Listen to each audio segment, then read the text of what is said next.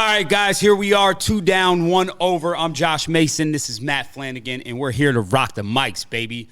We have a special guest today. Not your typical athlete superstar, but a superstar with writing, huh? Yes. So we got this guy named Matt Bufano. He's a sports writer legend locally here. You might see him in some of the papers, newspapers. You might see the blogs. And he is actually over at Wyoming Seminary holding it down. Matt, welcome to the show. How you doing? I'm very excited to be here. Having done several thousand interviews over the course of my career, it's interesting to be on this side of it. Right. Yeah, I'm ready to get into it. Good, excited. man. Awesome. Good, man. We're super pumped and excited to explore and see your experiences and your journey thus far. So buckle up, dude. Buckle up, all right? You too. Yeah. I might turn the tables on. Yeah, boy, I know he's an interviewer. That's right. Yeah, he got it should down. be interesting. All right? I'm pumped. Matt, what you got, bud? No, I'm super excited. So I've known of you for a long time, and I've actually never spoken to you other than 5 days ago. And then you've got a very extensive resume with writing, and I think it's unique for our population because you have had massive success. You're a big name in writing, and you've kind of gone different avenues, and now you're involved in SEM and huge Twitter following. And 2 years ago, we're looking up something. It's like, check Bufano's, which is super cool. So I'm really excited to kind of dig into your story a little bit. And I've kind of done a little bit of research because I don't know you that well. I know the name and I know what you do, but finding out you play baseball, you're a family guy. You and your dad have these tickets that you go see the games all the time at the for rail riders and stuff. So I'm excited to kind of unpack that a little bit. So why don't you start out? Tell us a little bit about yourself, how you got into what you do, and your upbringing and stuff like that. Yeah, I'm happy to. Northeast Pennsylvania, born and raised. Nice. Went to high school at Wyoming area, and then went to college at Penn State. That's really where I kind of discovered that journalism and writing was a skill of mine. Yep. That was my major in college, was print journalism, just written journalism, and I took a minor in business administration, which was not a good minor choice for me because really what my struggle was through high school was math and science, but there was a lot of math behind getting that business administration minor, but I kind of chose it as fallback just in case journalism didn't work out because to this day, a lot of journalists are told there's not a lot of money in the field. There's not a lot of jobs in the field, so you better have a good backup plan. Backup plan probably should have been something like graphic design or photography. Yeah, nowadays, right? Yeah. Right. So had a great experience at Penn State. I did 2 years at Penn State Wilkes-Barre and then finished up my degree at Penn State University Park. And my experiences on the student newspaper were the foundation, really, of my journalism career. When I got to Penn State University Park, again, I was there as a junior and a senior. The very first beat that I covered was fencing. And wow. Whoa. Man. I knew nothing about fencing. Like a mic drop, dude. I was not expecting that. Me neither. Yeah, it was kind of like you got to start from one of the sports that has the least amount of attention before you get to a football, wrestling, basketball. That's where I thought he was going with it. Yeah. Saquon. I was like, okay, here we go. No, fencing beat was very much a dues-paying job. But, as I was kind of getting ready for this interview, I was thinking back on it, and I wrote some stories. A couple kids that come to mind were, there was this one female fencer who came from Italy to fence at Penn State. She was an All-American. She was studying to be a doctor. There was another fencer who was also an All-American, a legacy at Penn State. His older brother was an All-American fencer. There was another guy who competed in the Olympics. There was another one who had brain cancer and, came back to fence after brain cancer. And all these stories, that experience really helped me see, all right, this might not be the big leagues. This might not be Penn State football.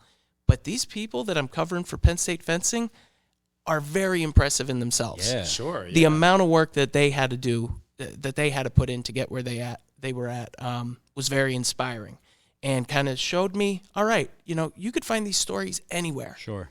And got through Penn State. Ultimately, covered women's volleyball at Penn State, which is a big beat there. Covered the legendary Russ Rose, who's probably the GOAT of women's volleyball coaching. Yeah. And then got to the Citizens Voice. Actually interned at the Citizens Voice between my junior and senior years as a news intern, 12-week internship. Kind of opened some doors there, made some connections. And then after I graduated from college, got a job at the Citizens Voice. Originally was a night cops reporter, so I was going out covering whatever was happening. It could be crimes, it could be courts, meetings, school board meetings, municipality meetings. And 7 or 8 months into that, sports writing job opened up at the Citizens Voice. I took that. Man, that was, I guess, 2014, summer 2014, and had that job. Loved it. It was really all I ever wanted to do was be a sports writer at the Citizens Voice for being a big sports fan from the Valley.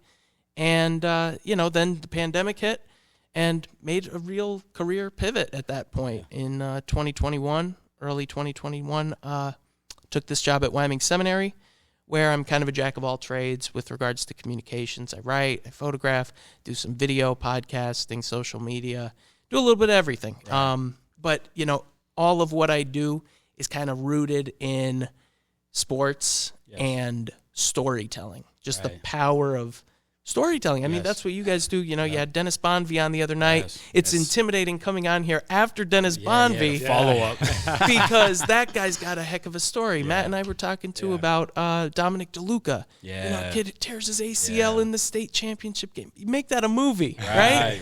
And he comes back to win it, gets the scholarship at Penn State. And, those stories are just, how could you not love them? Yes. It's awesome. And you know what I love about that is the fact that what you said, storytelling. And we're so mesmerized just as like a human society, right, with great stories. Yeah. And for you to have the passion to be behind that and pull these stories out of these different areas of life, and obviously we're geared into sports, but like taking yourself back to the fencing, like that's not a popular thing. Like I don't think I ever watched. Like I know what it is, but I don't know one thing about fencing.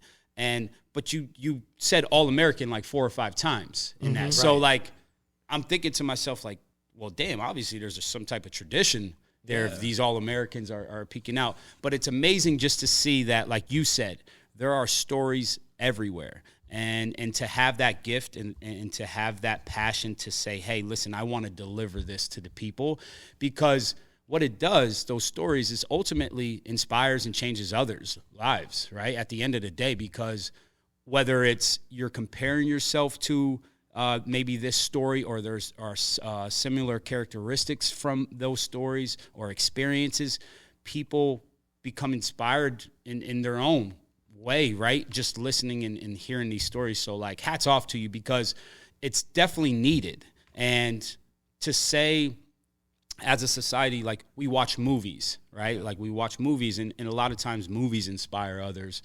But you're the writer. Now, let me ask you this. Do you have any, type of motivation to go into like movies, directing, film? Because like, again, you're telling stories, and is that something that you would? Well, I have a couple of books that I've bought over the years about, how to write a movie in 21 days. And, I've taken masterclass.com with some like Aaron Sorkin. And so that was something that I did consider at one point. And it's funny you ask, because just the other night, I found on my computer this 5-page script that I had written a couple years ago. 2019, it was dated. So this was a while ago. Pre-COVID. Yeah, pre-COVID. That's a whole different time. Uh-huh. And it was a 5-page, and I hope that this reaches somebody who might be able to even help resurrect this, but it was about the 1990 state champion Nanticoke area girls basketball team. Oh, man. Wow. So there's a listener out there. I'm sure they want to plug that. I wrote in 2015, when I was at the Citizens Voice, a 25-year like retrospective on the 1990 Nanticoke area girls basketball team. And this was, again, like 4 years after that, but that story really stuck with me. And just for people who don't really know it, that was a group. The starting 5 was all seniors.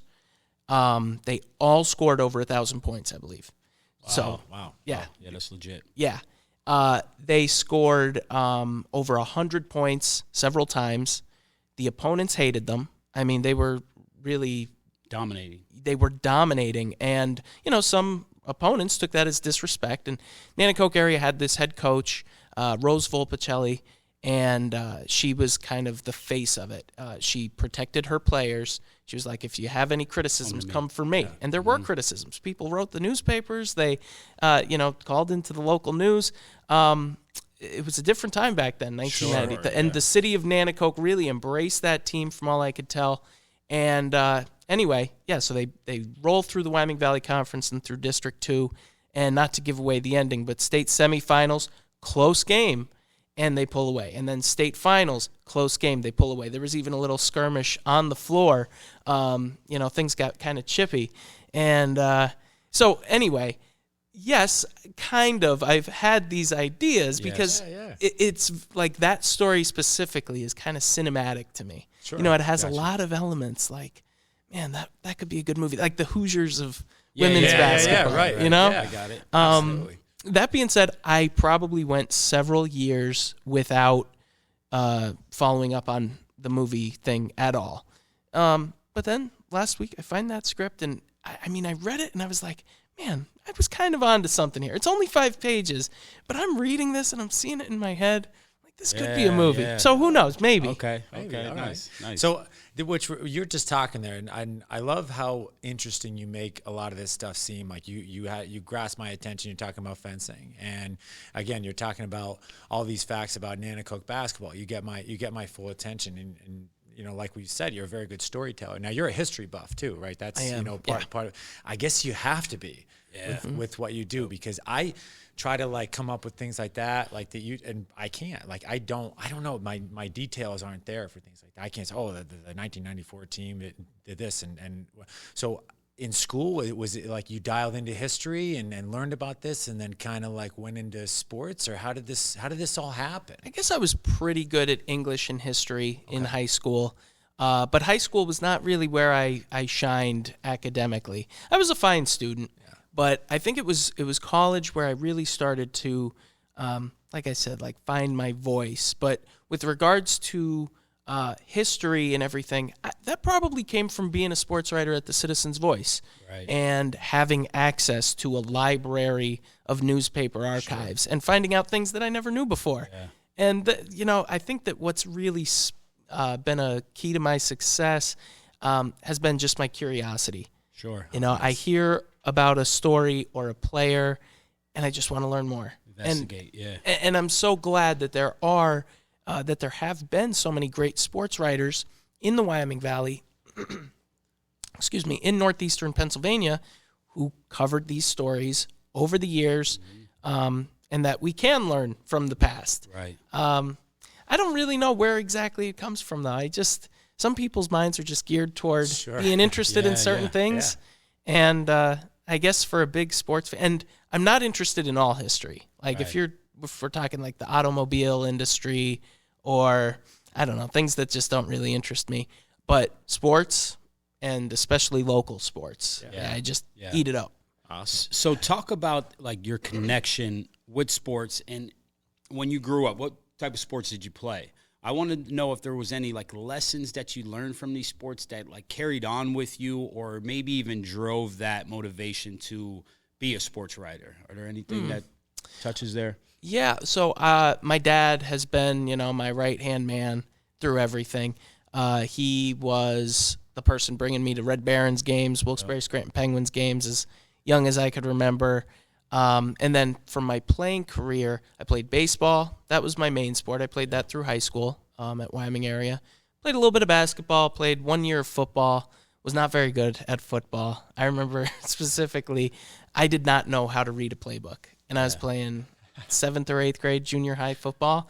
And one of my best friends was the starting tight end. I was the backup tight end. I did not know how to read a playbook.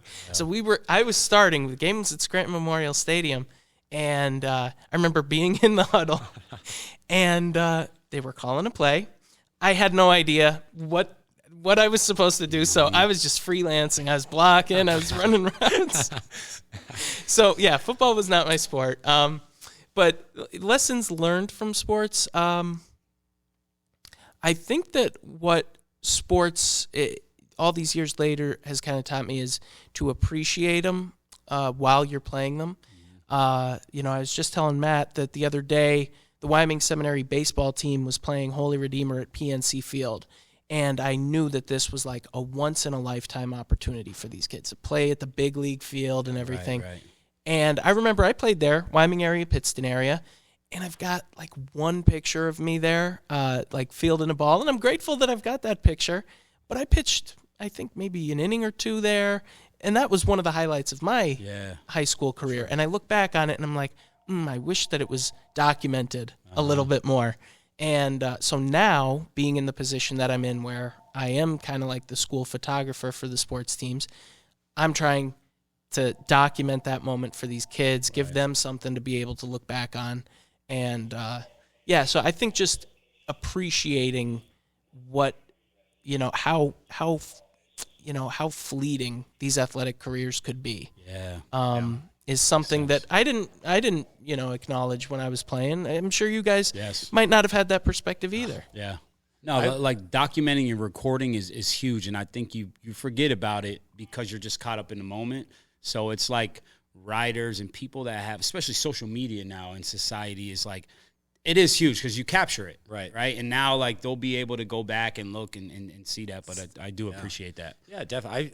I think we were talking to Swerve about that, where it's like social media and you have all these pictures, and like I'm grateful because my mom, did have a scrapbook, and I saw a lot of like from my high school career and the state championship run, which is really cool, and like I looked at that and I look at it now, 20 years later, whatever it is, and really appreciate it. But there's only like little clips and little things, and I do wish there was more pictures, and I love what you're doing, man.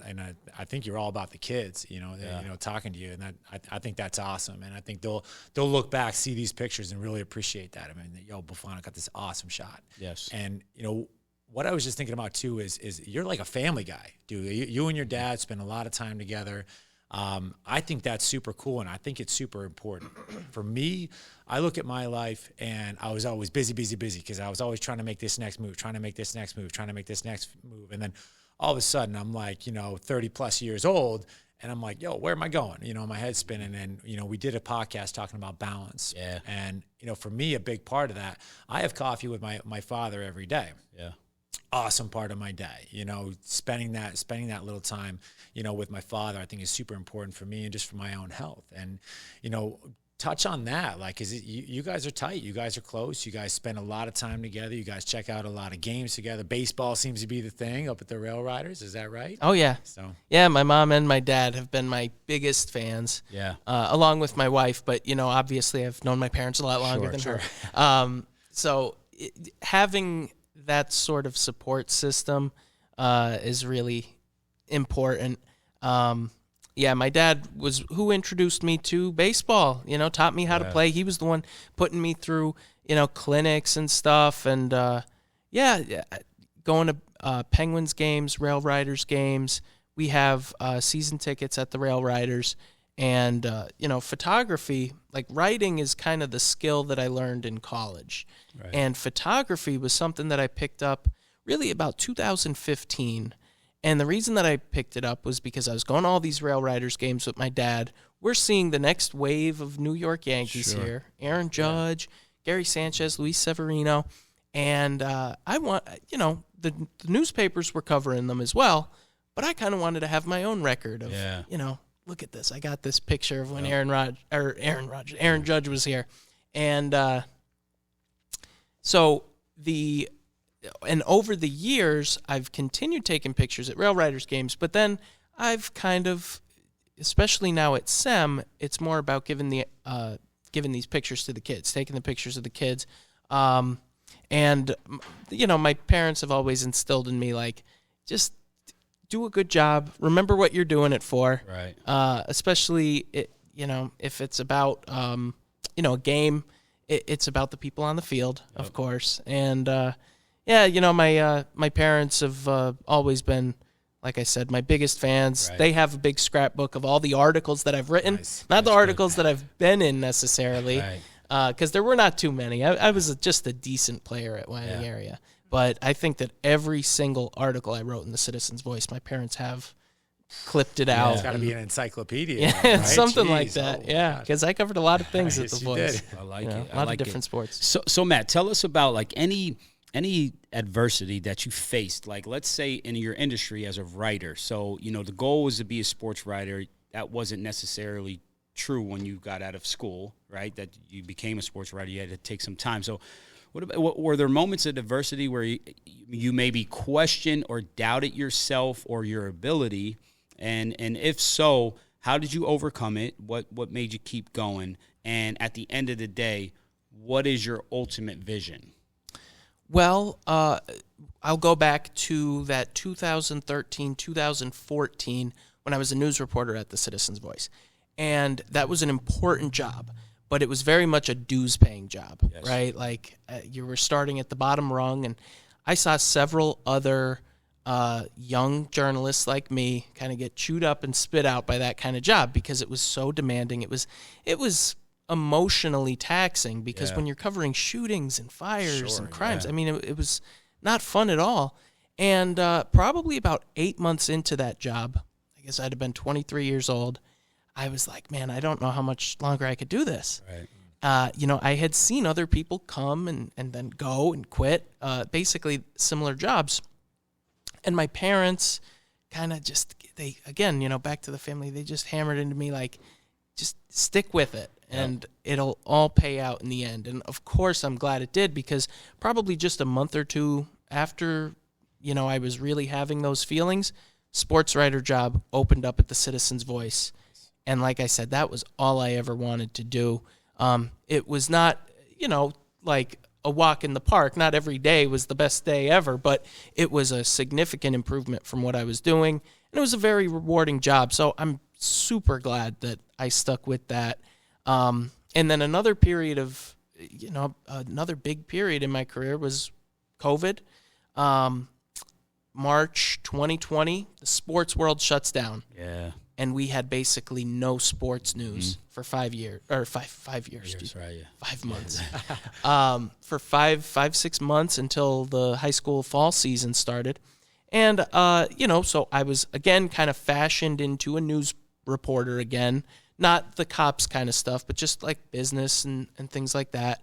And that was a tough time to get through, just not having sports news to report. And that's when I started really my podcast, NEPA Sports Stories.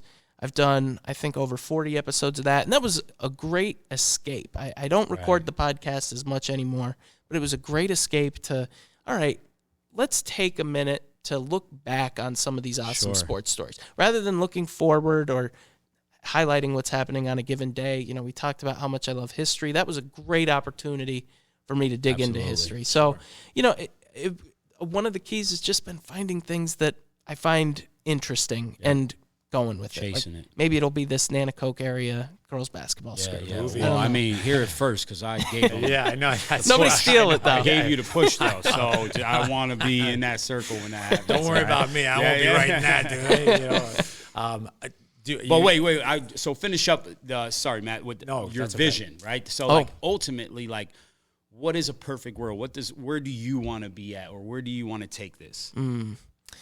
I mean, I'd love to be the director of football operations for Penn State, maybe. Nice. No, Mom, are you listening?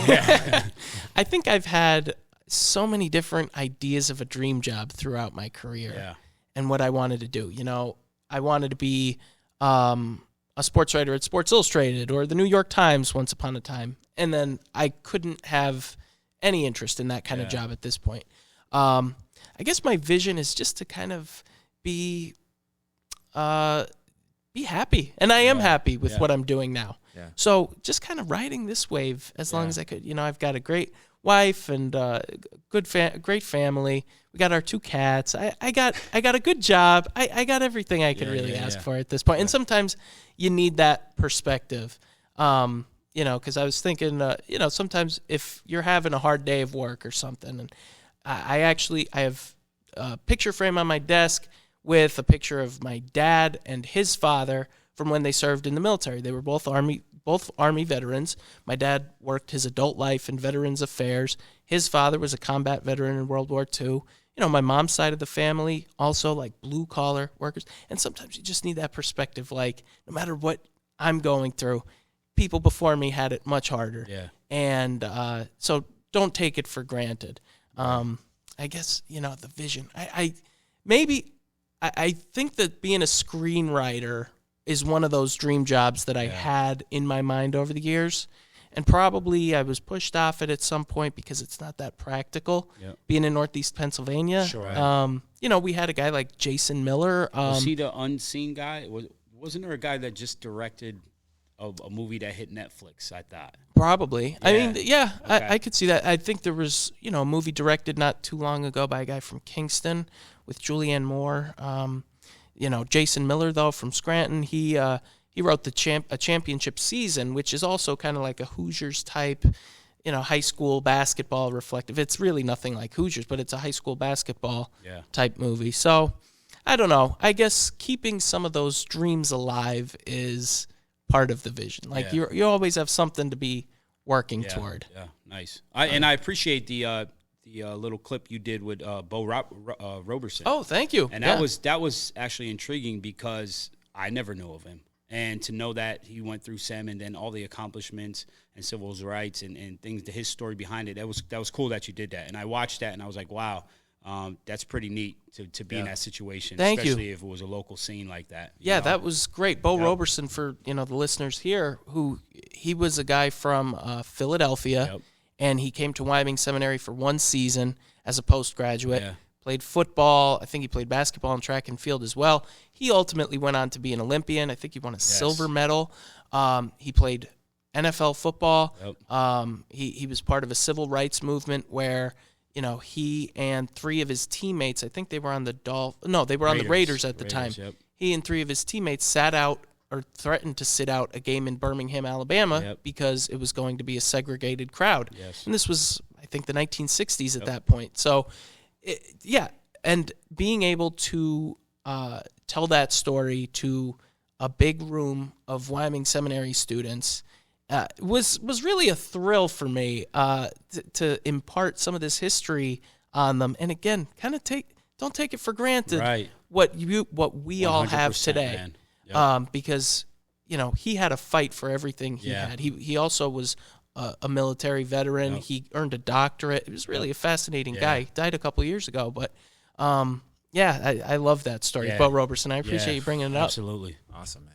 Dude, I love listening to you talk, man. When I listen to you talk, I hear a lot of passion. You're following your heart. You obviously like journalism and photography. It's not like a glorified thing. And you talked about kind of like there's not a whole lot of financial. You kind of got to work your way up. And I just want you to shed a little light on that as far as like following your passion, following your heart. And it's like, do you just continue to do this stuff? And you don't really have this like overall like I'm gonna do this. This is my goal. Mm-hmm. But your perspective is so interesting because you're like, you know what, like these people had it terrible, and I have it really good.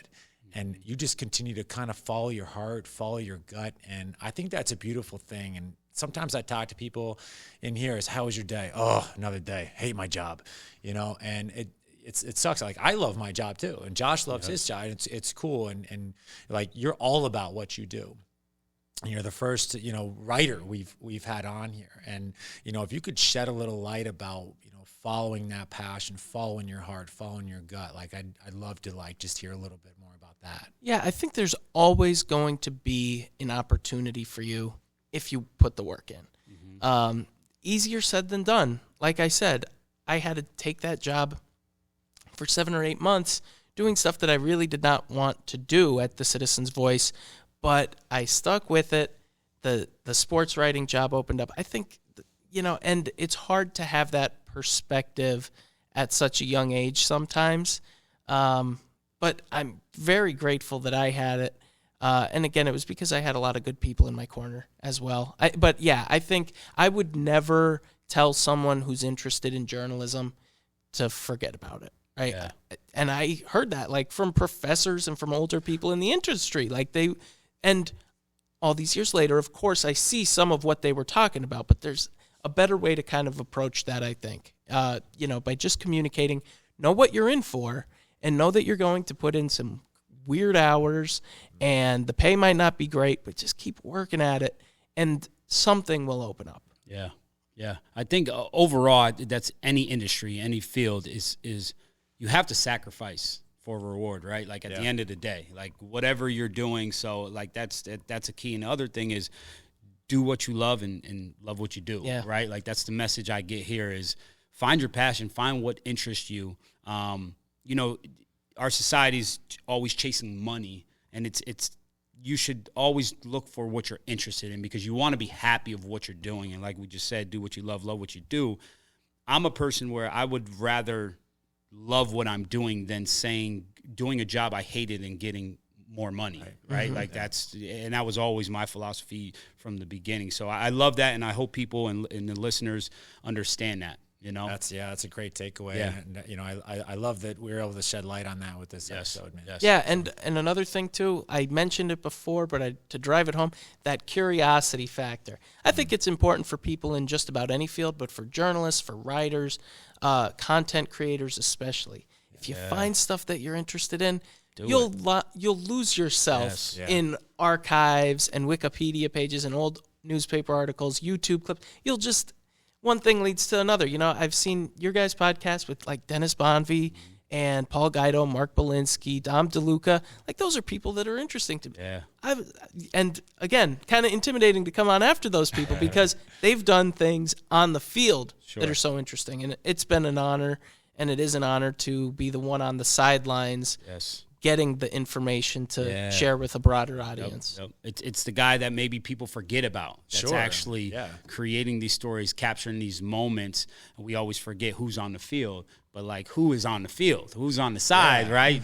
Capturing this, and that's what we wanted to glorify. So again, we appreciate you coming on, and we love what you were able to give us insight to. But we love to end the podcast with a couple questions. Yeah, let's do it. So Matt's going to hit you up. I feel like he already knows it's knows, coming. Right? He did his research. I'm nervous that he. So, all right. So, Northeast PA, the pizza. Yeah. All right. What's your favorite pizza? I did come prepared. I knew it. Quick. First off, like a shout out to some of my favorite Lackawanna County pizzas that we have very often. Don Tomaso's in Dunmore, Alfredo's in Scranton, all the old Forge places. Yeah. But the king, in my opinion, is Sabatini's. Yeah, Sabatini's nice. Another one here, That is, guys. yeah, So dude, it's you know kind of it's like slighted. It's kind of slighted here. I got it. All right, so I know you're working on a book, or you have put out books. What would be the title of the book? Well, based on you, because I know it's like you have me. like photograph books, right? Like with pictures or whatnot. But if it was Matt Bufano, what's the title of your book? Oh gosh, man, I don't know. Could you help me with this one? I mean, the message, what we just said, right? Like, you know, so like storyteller. Maybe. Yeah, right. You know? The storyteller. The storyteller. Sure. Right. I think there are other people who or a story to tell. A story to tell. Yeah, You know what absolutely. Yeah, because I mean, and I think you guys have a really good interview style too, where you sit down, you ask good questions, and in 10 to 20 to 30 minutes, you're going to learn a lot about people. Yep, like that's the point. And that is the point of doing an interview. It's to uncover something. Yes. And everyone has that story to tell. So a story to tell. So listen, that's two things right now, man, that I want to get a call for, all right? All right, what's last question. All right, is there a day-to-day motto that you live by, and what is it? I mean, I think I saw this on Swerves as well, but it is really, it's the golden rule. Treat others as you want to be treated. I think Bonvie was it. Okay. Yeah, I mean, it's such it is a cliche, but it's the truth. Yeah. You know, it costs nothing to be kind to people. Sure. I like that. That's really what I like it, man. Spread the love. So Matt, give us a couple connections how the people could connect with you on social media. Sure. Most of my work I do on Twitter at Matt Bufano, MattBufano. That's really where I've been on all the social media over the years, but Twitter is really where I like to do my work.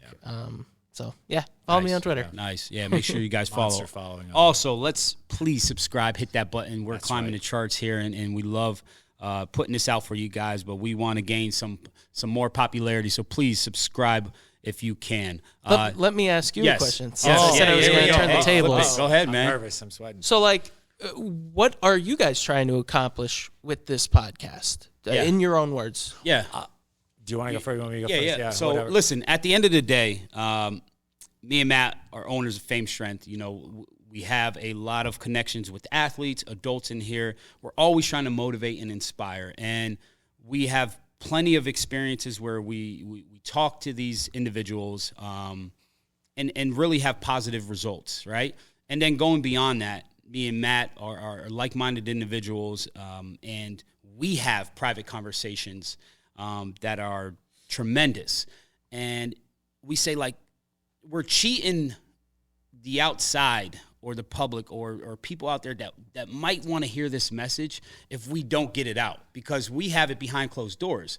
But what's it benefiting, him and I, where, hey, we can take a platform and help others. And maybe this doesn't, like, we're not in this to, like, blow up and, like, get money and sponsorships and things like that. It's more of, like, how can we help, right? So, my philosophy and my purpose is to have a positive impact as many lives as I can. So this is just another avenue or vehicle that we can deliver that.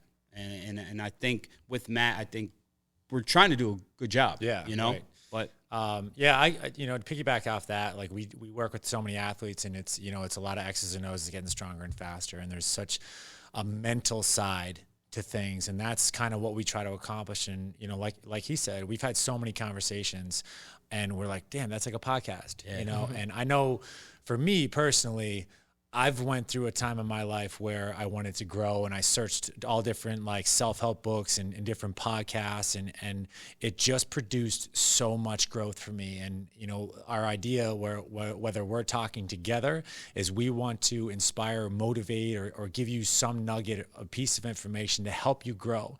And we have people like you on here to do the same thing. As people that we look at, like, hey, I think they have a lot to offer. Yes. You, Dennis Bombi, Dominic, like, everyone has a unique story, and it's all about helping people. And like he said, like, I don't care.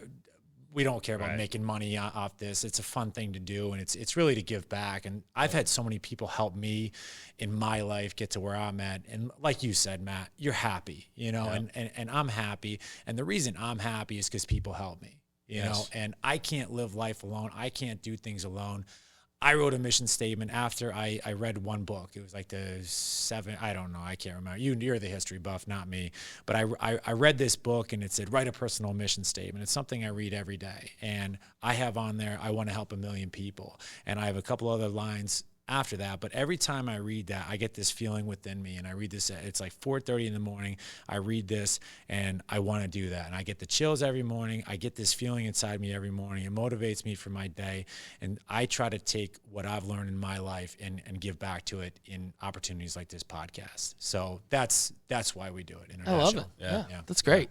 appreciate that question. That might have been the first, I know. That was like the Uno reverse card. That's right. Yeah, flip the script, dude. I like that. All right. But back to the script, right? But anyways, listen, guys, hit the subscribe button. We had a great time talking with Matt here. This is 2 Down, 1 Over podcast, okay? The moral of the story is do what you love and love what you do. That's it. I'm Josh Mason. This is Matt Flanagan, and this is Matt Bufano, and we'll see you guys on the next episode. All right. Later. Thank you.